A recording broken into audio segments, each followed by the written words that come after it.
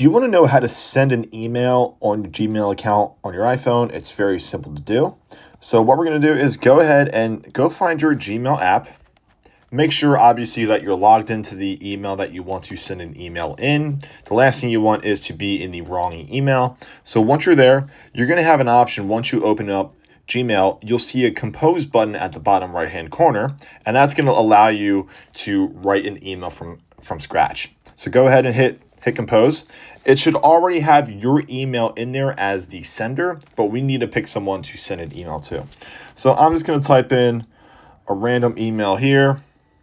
And then you can put a subject in. Let's just do a test subject. And then you just want to send an email.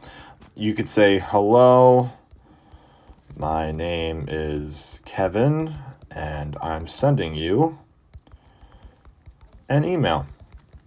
Once you're done, you can go ahead and finish your thoughts, do your email, whatever the case may be. But you'll find a send button at the top right-hand corner right next to the paperclip. So go ahead and hit that button. And then you'll get a slight notification at the bottom saying sent. And if you want to check your sent email, go ahead to the 3 bars at the top left-hand corner. And then go ahead and choose sent.